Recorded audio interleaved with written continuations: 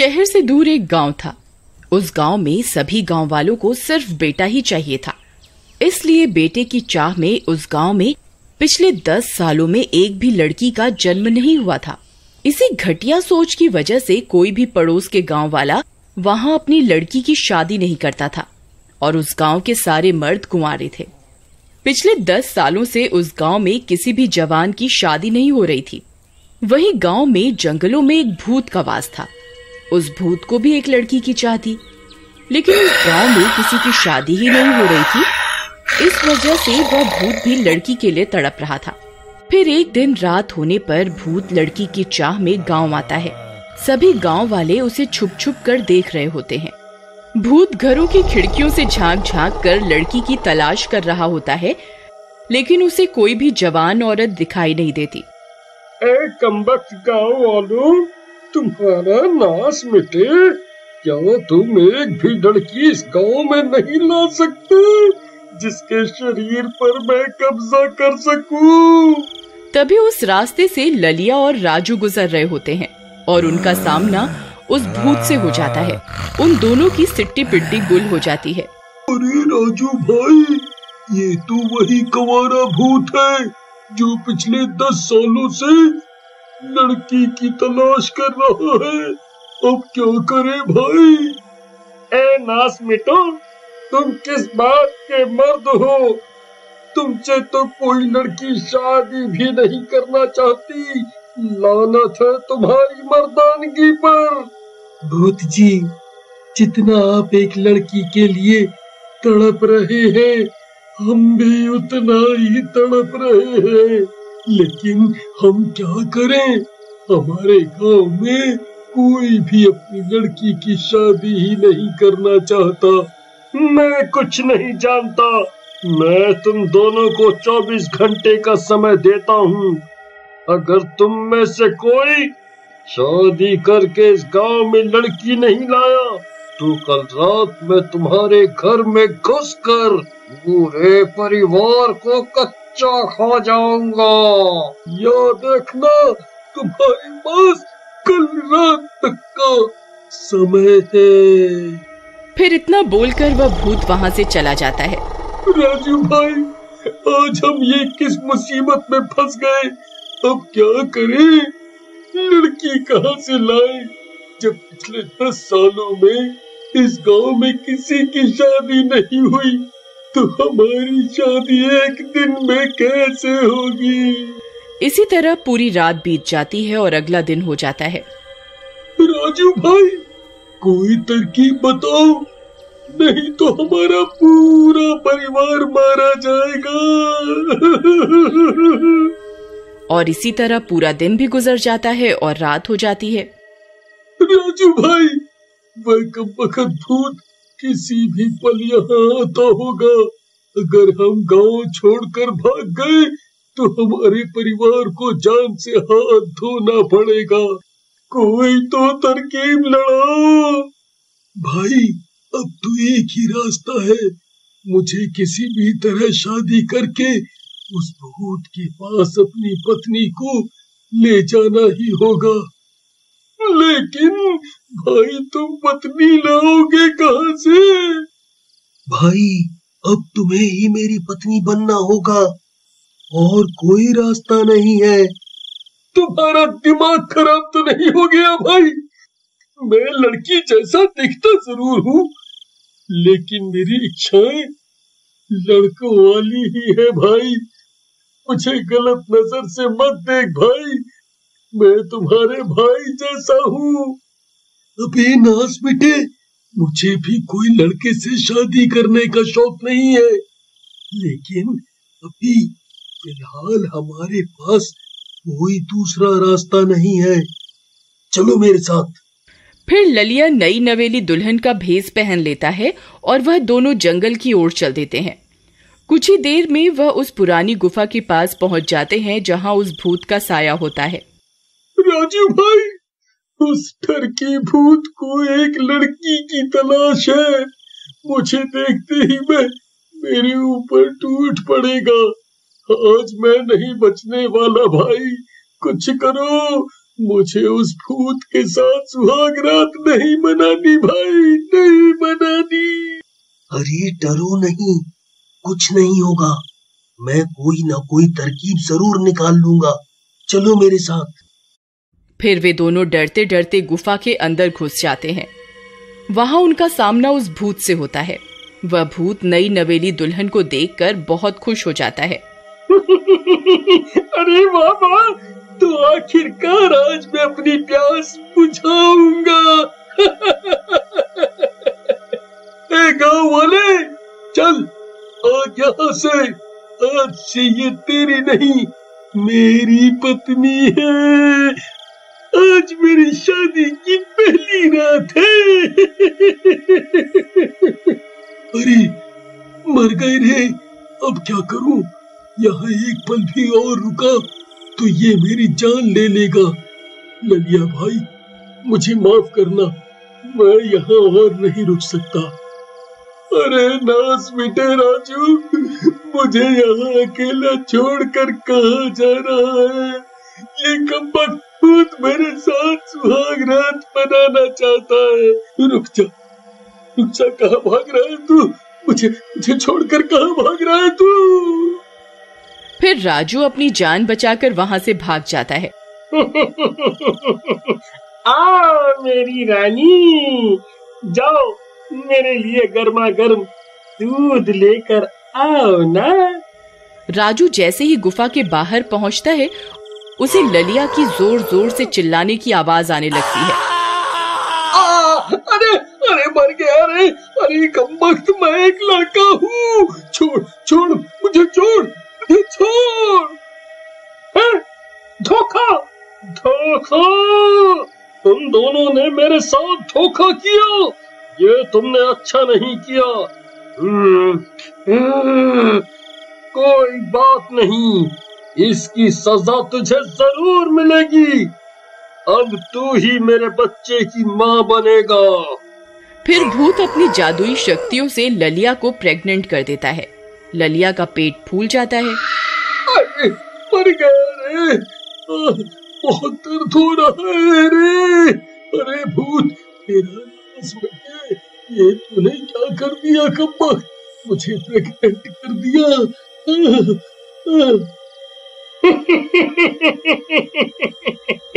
अब आएगा मजा। फिर ललिया वहां से भाग जाता है। अरे गाँव वालों, मैं तो कहीं का नहीं रहा। इस भूत ने तो मेरी इज्जत ही लूट ली। अरे मर गया रे, मैं तो किसी को मुंह दिखाने लायक ही नहीं रहा। हे भगवान, ये मेरे साथ क्या क्या हो गया? अरे अरे भाई ललिया, ये कैसे हो गया? तुम तो मर्द थे, तुम प्रेग्नेंट कैसे हो गए? कमबख्त गाँव वालों, ये सब तुम्हारी वजह से ही हुआ है। और करो बेटे की जान, तुम लोगों की वजह से ही पूरे गांव के मर्द कुंवारे बैठे हैं। तुम्हारे कर्मों की वजह से कोई भी इस गांव में अपनी लड़की नहीं बिहाना चाहता। अब ले लो मजे। फिर अगले दिन आसपास के सभी गांव में ललिया के गर्भ से होने की बात फैल जाती है। अब क्या करें भाई? अब कुछ ही दिनों में ललिया का बच्चा पैदा हो जाएगा। कहीं वह भी शैतानी बच्चा हुआ तो वह पूरे गांव में आतंक मचा देगा भाई। तुम सही कहते हो भाई, हमें अभी सरपंच से इसके बारे में बात करनी होगी। फिर कुछ गांव वाले मिलकर सरपंच के पास जाते हैं। सरपंच जी, आप ललिया के बारे में तो जानते ही हैं। कुछ ही दिनों में वह एक शैतान के बच्चे को जन्म देने वाला है। अगर ऐसा हो गया तो वह बच्चा पूरे गांव को तबाह कर देगा। तुम सही कहते हो, हमें उस ललिया को जान से मारना होगा, इसी में सबकी भलाई है। ये सारी बातें राजू सुन लेता है और भागता हुआ ललिया के घर जाता है। ललिया भाई कहाँ हो तुम? ललिया भाई, जल्दी बाहर आओ। फिर ललिया राजू की आवाज सुनकर बाहर आता है। क्या हुआ भाई, जो शोर मचा रहे हो? भाई तुम्हें इसी वक्त यहाँ से भागना होगा। गांव वाले तुम्हारी ही तलाश में आ रहे हैं। वो तुम्हें मारना चाहते हैं ताकि ये भूतिया बच्चा इस दुनिया में ना आ सके। कैसी बातें कर रहे हो भाई? कहीं गांव वालों का दिमाग खराब तो नहीं हो गया भाई? इसमें मेरी क्या गलती है? ये लोग मेरी जान के पीछे क्यों पड़ गए हैं भाई, क्यों पड़ गए हैं? मुझे कुछ नहीं पता भाई। अगर तुम्हें अपनी जान बचानी है तो जल्दी यहाँ से भागो। अरे मारो रे, आज ये बच के नहीं जाना चाहिए, इसे जिंदा नहीं छोड़ना है। ललिया भाई जल्दी भागो, जल्दी। लेकिन भाई मैं जाऊँ कहाँ? मैं जहाँ भी जाऊंगा ये गांव वाले मुझे जिंदा नहीं छोड़ेंगे। भाई एक शख्स है जो तुम्हारी जान जरूर बचाएगा। तुम उस भूत की गुफा में जाओ। तुम उसके बच्चे की माँ बनने वाले हो। हाँ हाँ, मेरा मतलब है तुम उसके बच्चे के बाप बनने वाले हो। वो तुम्हें मरने नहीं देगा। अरे भागो रे, ये कमबख्त तो मेरी जान के पीछे ही पड़ गए हैं। अरे अरे भूत जी, आप कहाँ हो? मेरी रक्षा करो। ये सब गांव वाले मुझे और आपके बच्चे को मारना चाहते हैं। इनकी इतनी हिम्मत, आने दो। फिर सभी गांव वाले गुफा के बाहर पहुंच जाते हैं। अरे भाई, ये नास मिटा तो भूत की गुफा में घुस गया, ये हमें कच्चा ही खा जाएगा। फिर गांव वाले उसी गुफा के बाहर तंबू गाड़ लेते हैं और वहीं रहने लगते हैं। फिर एक दिन अमावस्या की काली रात आती है। भाई आज की रात तो बहुत काली रात है। लगता है आज ही उस भूतिया बच्चे का जन्म होने वाला है। होने दो उस बच्चे का जन्म, हम उसे जीने नहीं देंगे। उसे जीने का कोई हक नहीं है। फिर कुछ ही देर में गुफा के अंदर से बच्चे के रोने की आवाज आती है। सभी गांव वाले चौकन्ने हो जाते हैं। अरे भाई, तुमने सुना? देखो, गुफा से किसी बच्चे के रोने की आवाज आ रही है। लगता है उस भूतिया बच्चे का जन्म हो गया। चलो भाइयों, हम इस बच्चे को जिंदा नहीं छोड़ सकते। हम अभी इस बच्चे को जलाकर मार डालेंगे। चलो। फिर सब गांव वाले मिलकर गुफा के अंदर घुस जाते हैं। वहाँ उन्हें वह भूतिया बच्चा दिखाई देता है। अरे गाँव वालों, मेरी रक्षा करो। ये भूत का बच्चा तो अपने बाप का भी सगा नहीं हुआ। इसने तो पैदा होते ही अपने बाप की गर्दन से अलग कर दी। मेरी जान बचाओ, नहीं तो ये मुझे भी मार डालेगा। सभी गांव वाले उस भूतिया बच्चे को देखकर डर जाते हैं। वह बहुत खौफनाक होता है। अरे मर गए रे, इसने तो इस भूत की गर्दन ही धड़ से अलग कर दी। तो हम इसके आगे किस खेत की मूली है? अरे भागो रे, हम इसका बाल भी बांका नहीं कर सकते। अरे भागो रे भागो। फिर सभी गांव वाले वहाँ से अपनी जान बचाकर भागने लगते हैं। ललिया भी उनके पीछे पीछे गुफा से निकलकर भाग जाता है और वे सब गांव वाले भागकर अपने गांव आ जाते हैं। अरे कमबख्त ललिया, वो तेरा ही बच्चा है। तूने ही उसको जन्म दिया है। तू क्यों भागता फिर रहा है? अब जाओ, अपने बच्चे के साथ क्यों नहीं रहता? मुझे माफ कर दो गाँव वालों, मैं बहुत डर गया था। तुम सब उस दिन मुझे मारना चाहते थे, इसलिए मैं अपनी जान बचाकर भाग गया था। लेकिन मुझे मेरी गलती का एहसास हो गया है। अब मैं तुम्हारे साथ ही हूँ। मैं भी उस भूतिया बच्चे को मारना चाहता हूँ। तभी सभी गांव वालों को उस भूतिया बच्चे की आवाजें आने लगती हैं। सभी गांव वाले डर के मारे अपने अपने घरों के अंदर घुस जाते हैं और छुप छुप कर उसे देखने लगते हैं। वह भूतिया बच्चा उड़ता हुआ पूरे गांव की गलियों में अपने शिकार की तलाश करता रहता है। लेकिन जब उसे कोई भी गांव वाला नहीं मिलता तो वह एक बैल को अपना शिकार बना लेता है और उसकी पूंछ को अपने मुंह में दबाकर अपने साथ उड़ाकर अपनी गुफा में ले जाता है। फिर अगले दिन सुबह होने पर भाइयों, हमें इस भूतिया बच्चे का कुछ न कुछ तो करना ही होगा। हम रोज रोज इस तरह घरों में छुप छुप कर नहीं रह सकते। तुम सही कहते हो राजू, आने दो आज रात को इसे।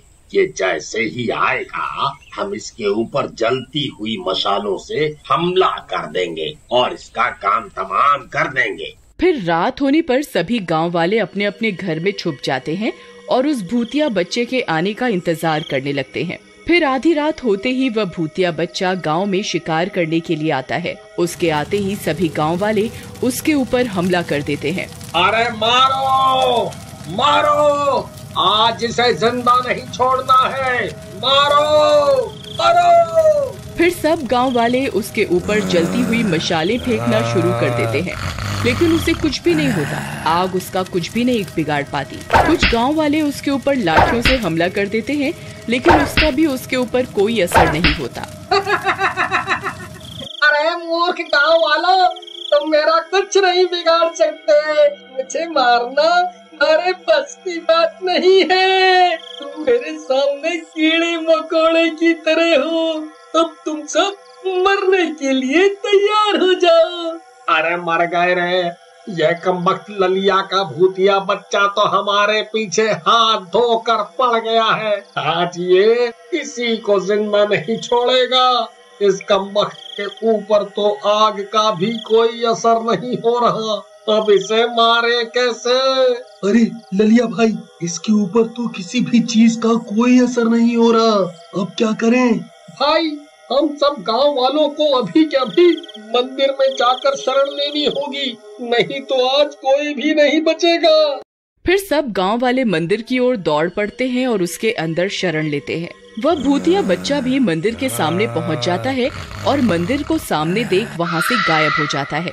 शुक्र है भगवान का, आज तो जान बची। भाइयों, आज तो हम किसी तरह बच गए, लेकिन ये भूतिया बच्चा कल फिर से आएगा। हम इसका सामना कैसे करेंगे? इसके ऊपर तो आग का भी कोई असर नहीं होता। अब इसे मारेगा कौन? तुम सब गांव वाले पापी हो। तुम सब ने लड़के की चाह की और इसी वजह से कोई भी पड़ोसी गांव वाला इस गांव में अपनी लड़की की शादी नहीं करता। इसे तो सिर्फ माँ दुर्गा ही खत्म कर सकती हैं। पंडित जी, लगता है आप सठिया गए हैं। अब इस कलयुग में माँ दुर्गा को हम कहां से ढूंढ कर लाएं? फिर इतना बोलकर पंडित वहां से चले जाते हैं। अगले दिन कुछ गांव वाले ललिया का रिश्ता लेकर दूसरे गांव जाते हैं और हाथ जोड़कर किसी तरह एक लड़की के परिवार को शादी के लिए मना लेते हैं। फिर ललिया की शादी हो जाती है। इस दौरान वह भूतिया बच्चा रोज रात को गांव में आता है और लोगों के दरवाजे पर अपना सिर पीट पीट कर उसे तोड़ने की कोशिश करता है। इसी तरह 9 महीने बीत जाते हैं और ललिया बाप बनने वाला होता है। अजी सुनते हो, मुझे लगता है वक्त आ गया है। आप जल्दी जाइए और दाई माँ को बुला लाइए। फिर ललिया जाता है और दाई माँ को बुला कर ले आता है। सभी गांव वाले ललिया के घर के बाहर इकट्ठे हो जाते हैं और बेसब्री से बच्चे के होने का इंतजार करने लगते हैं। उस वक्त वह भूतिया बच्चा वहाँ पहुँच जाता है। ए गांव वालों, तुमने मुझे बहुत तड़पाया है। मैं जानवरों का मांस खा खा कर पक गया हूँ। आज मैं तुम सबका मांस खाऊंगा। अब तुम सब मरने के लिए तैयार हो जाओ। अरे मर गए रे, ये आज हम कहाँ फंस गए। लगता है आज हम सबकी जिंदगी का आखिरी दिन होगा। हे दुर्गा माँ, पंडित जी ने कहा था सिर्फ आप ही हमारी मदद कर सकती हैं। कृपया हमारी मदद कीजिए। कृपया करके हम पापियों को क्षमा कीजिए और हमारे प्राणों की रक्षा कीजिए। तभी ललिया के घर के अंदर से बच्चे के रोने की आवाज आती है। बधाई हो ललिया भाई, तुम तो बाप बन गए। दाई माँ भागती हुई बाहर आती है। बधाई हो, लड़की हुई है। तभी दाई माँ की नजर उस भूतिए बच्चे पर पड़ती है। उसे देखकर उसकी सिट्टी पिट्टी गुल हो जाती है। अरे मर गई रे, ये यहाँ कहाँ से आ गया? अब हम में से कोई नहीं बचेगा। फिर सभी गांव वाले हाथ जोड़कर जमीन पर बैठ जाते हैं। हे दुर्गा माँ, हमारी रक्षा करो। हम पापियों को अपनी गलती का एहसास हो गया है माँ। हमारी रक्षा करो दुर्गा माँ। तुम्हें मुझसे कोई नहीं बचा सकता। तभी अचानक से ललिया का घर रोशनी से जगमगा उठता है। गांव के मंदिर की घंटियां खुद ब खुद बजने लगती हैं। तेज तेज हवाएं चलने लगती हैं। आसमान भी गरज उठता है। सभी गांव वाले चौंक जाते हैं कि ये सब क्या हो रहा है। आखिर मंदिर की घंटियां खुद ब खुद कैसे बजने लगी। तभी ललिया के घर से एक छोटी सी लड़की बाहर निकलती है। उसके हाथ में त्रिशूल होता है। उसके आते ही गांव का कोना कोना जगमगा उठता है। उस लड़की का तेज देखकर हर कोई हक्का बक्का रह जाता है। वह लड़की कोई साधारण लड़की नहीं बल्कि दुर्गा का स्वरूप होती है। ए लड़की, कौन है तू? तेरी इतनी हिम्मत, तू मेरा सामना करेगी? वहीं रुक जा, मुझे अभी मजा चखाता हूँ। अरे ये कौन है? ये तो मुझे देखकर बिल्कुल भी डर नहीं रही। ऐसा कैसे हो सकता है? हे दुर्गा माँ, आपने भक्तों की सुन ली। आप हमारी रक्षा करने आ गई। जयकारा शेरा वाली माई का। बोलो साचे दरबार की जय। उस छोटी सी बच्ची को अपने सामने देखकर उस भूतिया बच्चे की हालत खराब हो जाती है। फिर दुर्गा माँ अपने त्रिशूल से उस पर वार कर देती है और त्रिशूल उस भूत के आर पार हो जाता है और वह भूत जल के भस्म हो जाता है। जयकारा शेरा वाली माई का। बोलो साचे दरबार की जय। फिर वह दुर्गा माँ गांव वालों को आशीर्वाद देती हैं और गायब हो जाती हैं और वह एक प्यारी सी बच्ची बन जाती है। ललिया और सीमा अपनी बेटी को देखकर बहुत खुश होते हैं और फिर उस दिन के बाद से दुर्गा माँ के आशीर्वाद से गांव के सभी मर्दों की शादियां होने लगती हैं। अब गांव में बेटा हो या बेटी, सबका स्वागत खुशी खुशी किया जाता है।